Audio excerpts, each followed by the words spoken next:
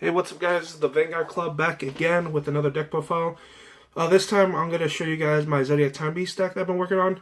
I originally picked this up, I want to say 2 months before set 12 came out. So after seeing the results in Japan, I thought about investing into it. So I did.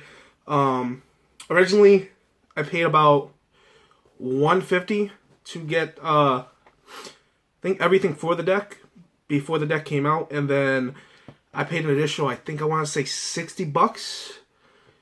I think 60, yeah, about $60 to get the other pieces. So around, spent $210 on this deck. That's just from trading cards, trading decks, etc.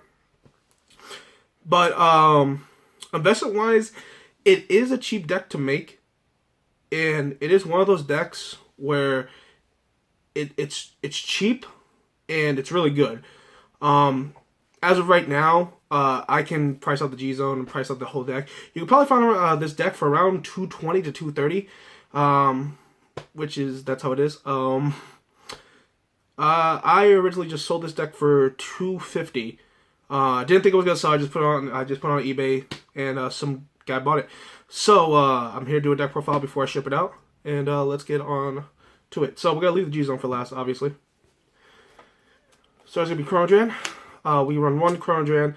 This just sets up your combos. It goes into your split Pegasus plays. You go in and search for Chrono Jet Dragon G. You use Splits Pegasus to get 2 grade 2s out. So run Chrono Dran. 4 Chrono Jet Dragon Gs. I picked these up for 5s, and I think they're currently, I want to say 10 or 12s. But I picked these up for 5s at a store that I usually shop at. But yeah, when you shot on top of him, you get 2 Time Leap, and then he gets plus 1k for each. For every 2 face up in your G Zone, he gets plus 5k. Gear Dragons, I believe, or is it any Zodiac Time Beast? Zodiac Time Beast. For every 2 face up cards in your G Zone, yeah. Sorry, I'm trying to rush here. But yeah, so 4 of these. This card's been around for a while, so I don't need to go into depth of it. 2 of the Serpent, or Coral, whatever you want to call it. This guy's really good. He lets you unflip when you Superior Call out of the deck if you have no face-up cards in your damage zone. He lets you unflip, and he gets plus 3k, so really, really good. I play 1 of the Ox. The Ox is a really good late game play when you're like into your, either when you're going to like your gear next turns or anything like that. It's a good play because you, like, at that time your G Zone will be, roughly, allow them up. I think there's about, I usually get about 2, 4, 6, about plus 6, so it becomes 17k. You can counter blast another one. You can give him another plus 1k for each face-up card in your G Zone, but it all depends on what you want to do. If you want to go for pressure and go for the game. 3 of what is his name? Crushing Dragon or Cruising Dragon? Cruising. He's actually really, really good. I didn't think he was gonna be that good. I started playing him at 2. Well, no, I actually started playing him at 4, and then I put him at 2, and I realized 2 was too low. But 3 is a good number. You counter blast 1, you look at the top 3 cards of your deck, you reveal them to your opponent, choose 1 Zodiac Time Beast, put it into your hand, put the rest on the bottom of your deck, and he also gets plus 2k if you have a Chrono Jet as your Vanguard, so really, really good. Lets you get your perfect cards in your hand and your G-Guardians in your hand for next turn to set up. Also stacks the bottom of your deck because this deck does stack. We're running 3 of the Unicorn. This card's stupidly good.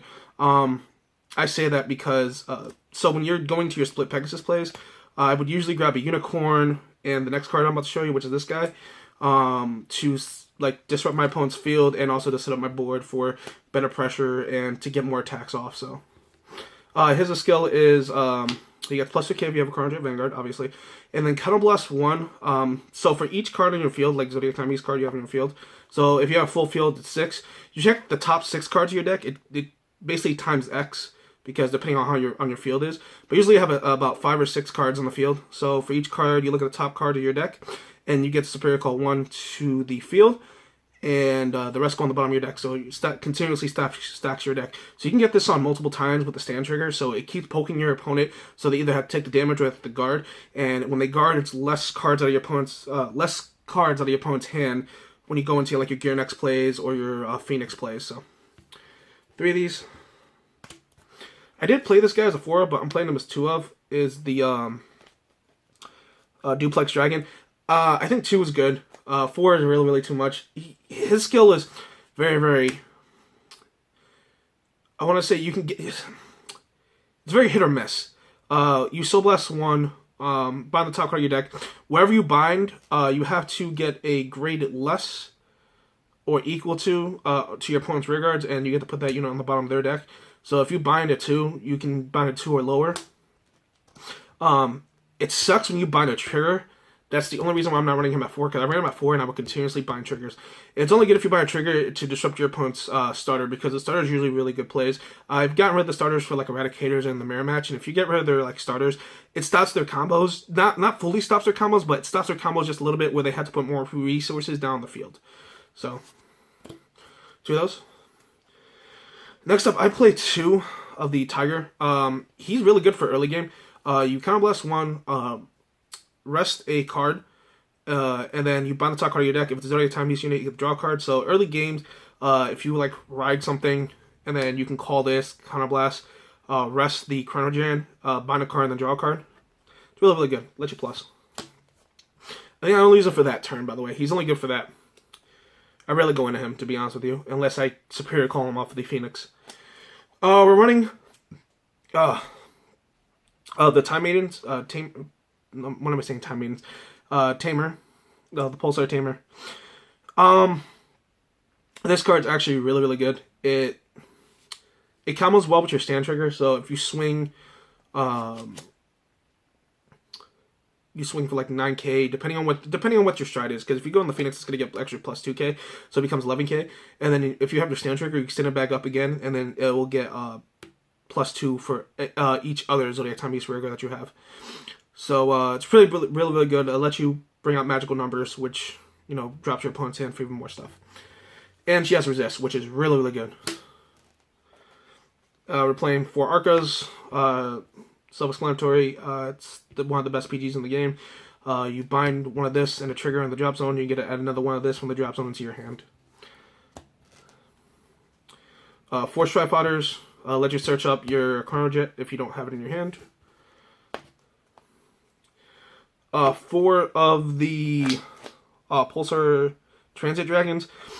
These just let you draw more cards and let you put more pieces into your hand that you can get for your turn, so you can start hammering in on your opponent. So after it boosts, you put this in your soul, you draw a card. That's basically what it does.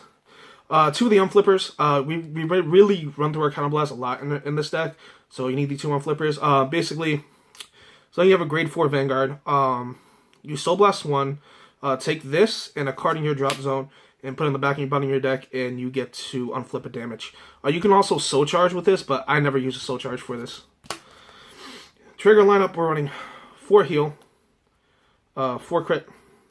The 4 crit, that's a Margle clone that goes in the soul, gets plus 3k. And then run the 4 sheep as a stand. This card is stupidly good. It wins a lot of matches, and it's just really good. Only bad thing, you have to call this card from hand in order to activate its skill, so you can't get it off the Phoenix, which sucks. Alright, next up to the G-Zone. Running 2 Split Pegasus. This is usually my first stride. Usually go into Dran, then Time Leap Dran, and Time Leap Dran into like a Transit Dragon, and then Dran's skill goes off, go into Chronojet Dragon G, use his skill to Superior Call, getting usually this, and then this can get sometimes this, and then you'll waste, not waste, but you use more Counterblast for it. It's really good. It's like really good. But yeah. 2 of those. We'll put this to the side right here. This is running off the Japan's list, by the way, so I've been playtesting with that. 4 of these are really good. This is the Phoenix. You Counterblast 1 with this unit attacks. You look at the, for each face-up G unit or G zone, you get the Superior Call 2 cards. So basically, you're going to Superior Call the whole field. You look at the top 5 cards of your deck and you Superior Call them to the field, and then the rest go on the bottom of your deck. And the Generation Break 3 skill is all your Zodiac Time Beast rear guards get plus 2k. So usually, if you have these face up, they give you an extra plus 2k because they also get 1k when they're face up in the G zone. I forgot to mention that. So basically, this is another 2k plus another 2k, and then usually the Cruising Dragon and the Unicorn also get plus 2k. So they're sitting at plus 6k. That's insane without any boost. So yeah, for these, this lets you. So like I mainly go into this if my opponent has like 3 damage and they have like 8 cards in their hand, because I'm not going to win the game if on Gear Next if they have that much resources to go about. So next up, I run 4 Gear Next. This card's really good. It's the game ender. I always use it to game end. I've tested with the Next Stage and Gear Groovy. I just don't like discarding cards, and this deck you want to put yourself to the bottom of your deck so you don't lose resources. So you Soul Blast 1, flip another copy of this face up. After attacks, you get once per turn. You move 3 Zodiac Time Beasts either from your hand or your field to the bottom of your deck, and this unit stands back up and he gets plus 10k but minus 1 drive. So when he swings, he's triple drive. When he stands back up, he's plus 10k and twin drive. So really good. And like if you hit the stand triggers off of those, my god, you're a god. Next up, I run 1 of the Bind Stride card. You Counter Blast 1, bind a unit, and then you Stride. He can stride from the G zone for free, basically, if you don't have the count pieces in hand. And I never actually went into him in this deck. I've been into him in, like, in Demiurge decks, but not into him. But yeah, if you have 5 or more face up in your bind zone, you get to unflip 1, and he gets plus 2k for every card face up in your bind zone. So really good. 1 Sea Breeze because you're playing Gears, and sadly this Gears still needs Sea Breeze because they'll try to lock you at 2. Run 2 Urus. Self-explanatory. You want to keep stacking the, it's hard to explain this card because you can continuously stack the bottom stuff of your deck, but if it's resources that you need, you kind of want those back in the deck as well. So yeah, always go for like a heal trigger or a stand trigger, and then usually the unflippers. 1 Gear Widow Hound. This card's stupid. I didn't know how stupid this was. It stops a lot of plays, especially decks like Norakami. Anything where they get power on the rear guard, and you're just like, oh look, bye bye. So yeah, I like, this is basically like in Yu-Gi-Oh! This is a trap card. Like this is a trap card in Vanguard. Like what the hell? Like that card, this card should definitely be hit to 1, but you only need 1 to 1 more in the deck. But and one of the Rise Collections, flip a G Guardian up. You Counter Blast 1, it gets plus 5k for every face up card in your G zone. So it stops big attacks like the Luar Dragon and the Dark Irregular Stride. I can't remember. I think Rias or something. But yeah, guys, that's the deck. It's really cheap. Like I said, you can probably buy this deck for about 210. Like you can probably get it rid of it for 200. Like try to find it for 200. But it's really good. It's really fun. I played 2 tournaments with this deck. I went undefeated both times. This is just massive stuff, and this stand trigger is really broken. They should actually hit this stand trigger to 1. There you guys. That's the whole deck. I hope you guys enjoyed the deck profile. There's more to come. We're gonna be doing a lot. Can't talk because I'm rushing. We're gonna be doing a lot more stuff on the channel. So hope you guys enjoy. Like, subscribe, all that good stuff, and hopefully, guys, we will see you next time. Peace.